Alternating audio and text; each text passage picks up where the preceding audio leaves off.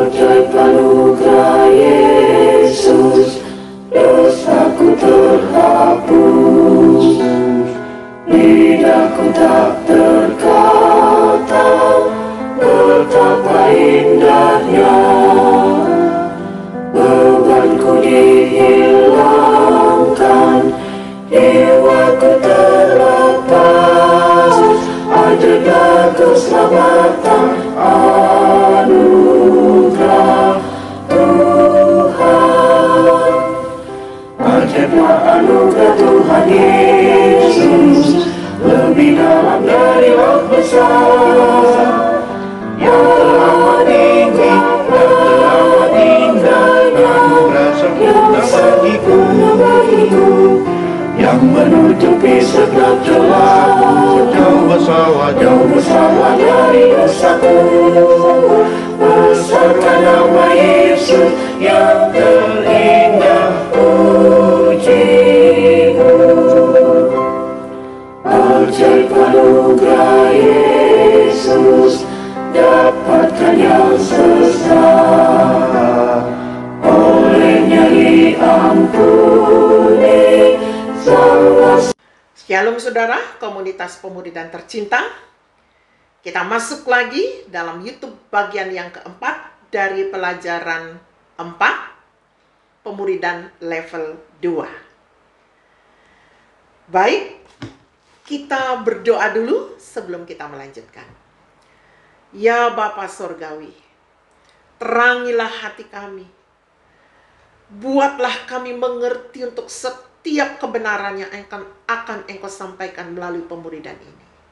Dan kami siap melakukannya. Dalam nama Yesus. Amin.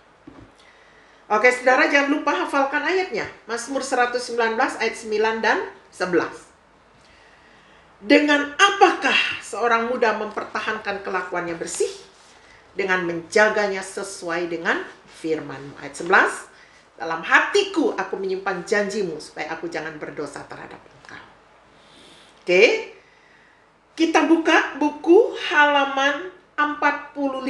Kerajaan Allah. Atau kerajaan yang baru. Ya. Kerajaan yang baru. Apabila saudara telah menerima apa yang Yesus telah kerjakan di kayu salib sebagai satu-satunya pembayaran sempurna bagi dosa-dosa saudara, maka saudara telah dipindahkan dari kematian kepada kehidupan. Atau saudara telah memiliki hidup kekal. Kedudukan saudara yang baru di dalam Kristus berarti bukan lagi saudara, tetapi Kristuslah yang sedang menghidupkan hidupnya sendiri di dalam diri saudara. Saudara telah berpindah ke warganegaraan. Bacalah Kolose 1 ayat 13 dan 14. Mari kita buka Kolose 1 ayat 13 dan 14.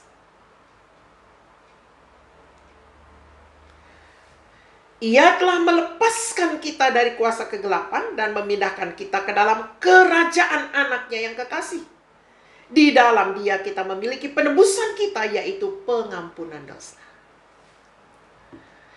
Nah, saya harap saudara sudah mengisinya sebelum bertemu dengan saya di YouTube ini ya. Anggota kerajaan apakah saudara dulu? Ya, ayat ini mengatakan dulu kita masuk dalam kerajaan kuasa kegelapan. Jadi di dalam Adam kita diperintah oleh raja kegelapan itu. Oke. Nah, anggota kerajaan apakah saudara kini? Ayat itu juga mengatakan kita dipindahkan menjadi anggota kerajaan anak Allah yang terkasih. Hore! Puji Tuhan, kita pindah ke warganegaraan.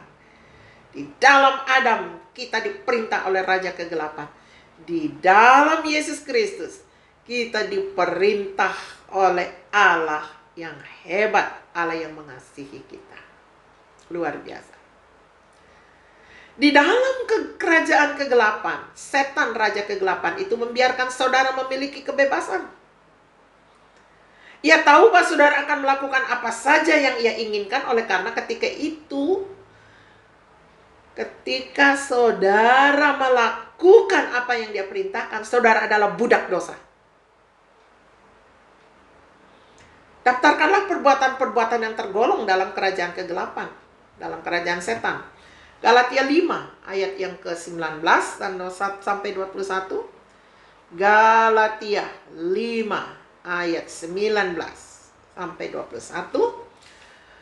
Perbuatan daging telah nyata, yaitu percabulan, kecemaran, hawa nafsu, penyembahan berhala, sihir, perseteruan, perselisihan, iri hati, amarah, kepentingan diri sendiri, percidraan, roh pemecah, kedengkian, kemabukan, pesta pora, dan sebagainya. Terhadap semuanya itu kuperingatkan kamu seperti yang telah kubuat dahulu, bahwa barang siapa melakukan hal-hal yang demikian, ia tidak akan mendapat bagian dalam kerajaan Allah. Ini perbuatan-perbuatan kerajaan kegelapan: percabulan, percemaran, hawa nafsu, penyembahan berhala, sihir, perseteruan, perselisihan, iri hati, amarah, kepentingan diri sendiri, percidraan, roh pemecah, kedengkian, kemabukan, pesta pora, dan masih banyak lagi yang lain. Itu perbuatan-perbuatan dalam kerajaan kegelapan. Nah, kita lihat Roma 6 ayat 17 sampai 23. Roma 6 ayat 17 sampai 23. Tetapi syukurlah kepada Allah, dahulu memang kamu hamba dosa, tapi sekarang kamu dengan segenap hati telah mentaati pengajaran yang telah diteruskan kepadamu. Kamu telah dimerdekakan dari dosa dan menjadi hamba kebenaran. Aku mengatakan hal ini secara manusia karena kelemahan kamu. Sebab sama seperti kamu telah menyerahkan anggota-anggota tubuhmu menjadi hamba kecemaran dan kedurhakaan yang membawa kamu kepada kedurhakaan, demikian hal kamu sekarang harus menyerahkan anggota-anggota tubuhmu menjadi hamba kebenaran yang membawa kamu kepada pengudusan. Sebab waktu kamu hamba dosa, kamu bebas dari kebenaran. Dan buah apakah yang kamu petik daripadanya? Semuanya itu menyebabkan kamu merasa malu sekarang. Karena kesudahan semuanya ialah kematian. Tetapi sekarang setelah kamu dimerdekakan dari dosa dan setelah kamu menjadi hamba Allah, kamu beroleh buah yang membawa kamu kepada pengudusan. Dan sebagai kesudahannya ialah hidup yang kekal. Sebab upah dosa ialah maut, tetapi karunia Allah ialah hidup yang kekal dalam Kristus Yesus Tuhan kita. Meskipun dahulu saudara adalah budak dosa, melalui ketaatan saudara telah menerima Kristus dan telah dibebaskan dari dosa. Menjadi siapakah saudara sekarang? Ayat 18. Saya baca. Kamu telah dimerdekakan dari dosa dan menjadi hamba kebenaran. Ayat 22.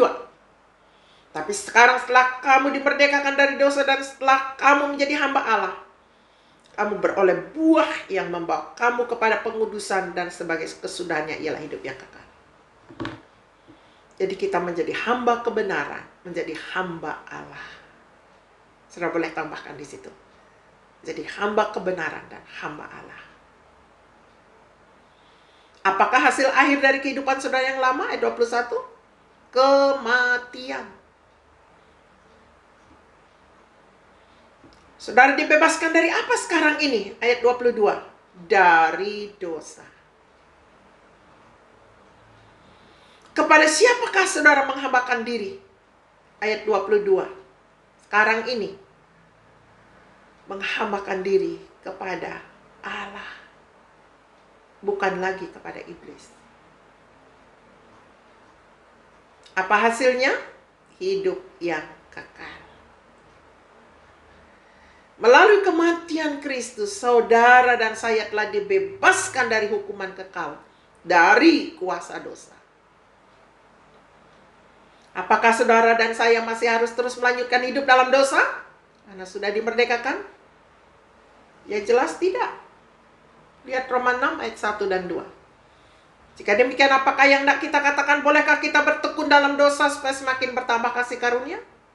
Sekali-kali tidak. Bukankah kita telah mati bagi dosa? Bagaimanakah kita masih dapat hidup di dalamnya? Saudara, ayat-ayat ini menjelaskan kepada kita betapa besar kasih Allah. Tapi bagi saudara yang masih terlilit di dalam dosa, sadarlah, anugerah Allah lebih besar daripada pelanggaran. Bertobatlah. Bagi saudara yang sudah memahami kebenaran ini, jangan lagi menyerahkan diri kepada dosa, menjadi hamba kejahatan. Tidak perlu lagi kita hidup di dalam dosa,